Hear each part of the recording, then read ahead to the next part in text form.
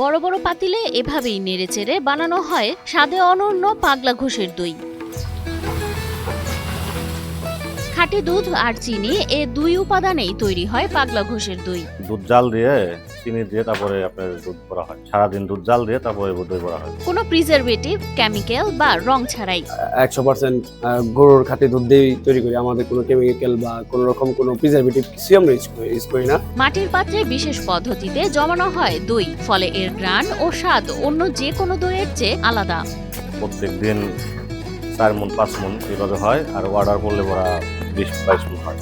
ধামরাই, যার নাম উচ্চারিত হলেই কাঁসা পিতলের কারুকার্য আর সংস্কৃতির ঐতিহ্য, কিন্তু এর বাইরেও আছে আরেকটি অনন্য পরিচয়। 1 শতাব্দী ধরে মুখে মুখে ছড়িয়ে থাকা এক স্বাদের গল্প, পাগলা ঘোষের দই। এই জায়গায় দই বানানো হয়, মিষ্টিও বানানো হয়, তারপর আপনার হচ্ছে ছানা তৈরি করা হয়, ভালো মানের ঘিও বানানো হয়। ভোর হতেই ধামরাই পৌরসভার গোপনগর এলাকায় শুরু হয় খুন্তির টুংটাং শব্দ। চুলায় জ্বলছে কাঠ, বিশাল বড় পাত্রে ফুটছে গাভীর খাঁটি দুধ। দুধ জাল দিয়ে ঘন করার এই প্রক্রিয়ায় ঘোষণা দেয় তৈরি হচ্ছে ধামরাইয়ের বিখ্যাত পাগলা ঘোষের দই। আমরা খাঁটি গরুর দুধ দিয়ে তৈরি করি। সকালে বেলা দুধ কিনে আনি, তারপরে দুধ জাল দিয়ে দই তৈরি করি। প্রায় 100 বছর আগে এ দইয়ের যাত্রা শুরু হয়েছিল পাগলা ঘোষের হাত ধরে। আজ তার পরবর্তী প্রজন্ম সেই একই ঐতিহ্য ধরে রেখেছেন নিষ্ঠা আর ভালোবাসায়। আমার দাদা করেছেন, আমার বাবা করতেছেন, তারা ভাই আছেন, তারাও করেন। আর এখন ওই বংশ পরম্পরায় আমরা এটা কন্টিনিউ রাখছি। এ দইয়ের আসল রহস্য এর বিশুদ্ধতায়। মুখে দেওয়া মাত্রই এর মন ভোলানো স্বাদ মন কাড়ে সবার।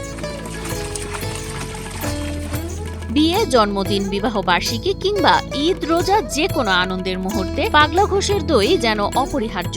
আমাদের এই মৌসুমটাই, বিয়ে শাদীর মৌসুমটা অর্ডার অনেক থাকে, তো আমরা পুরো বাংলাদেশেই আমরা ডেলিভারি করে থাকি। ধামরাই ছাড়িয়ে এ দই এখন সাভার, আশুলিয়া, ইটালিয়ানো মেলামাইনের নজর কাড়া ডিজাইন, যার প্রশংসা করবে সবাই। ইটালিয়ানো মেলামাইন, টাঙ্গাইল, মানিকগঞ্জ, এমনকি রাজধানীর বাজারেও সমান জনপ্রিয়। 1 শতাব্দী পার করেও এ দই কেবল এক মিষ্টান্ন নয়, এটি ধামরাইয়ের গর্ব, ঐতিহ্য আর ভালোবাসার প্রতীক।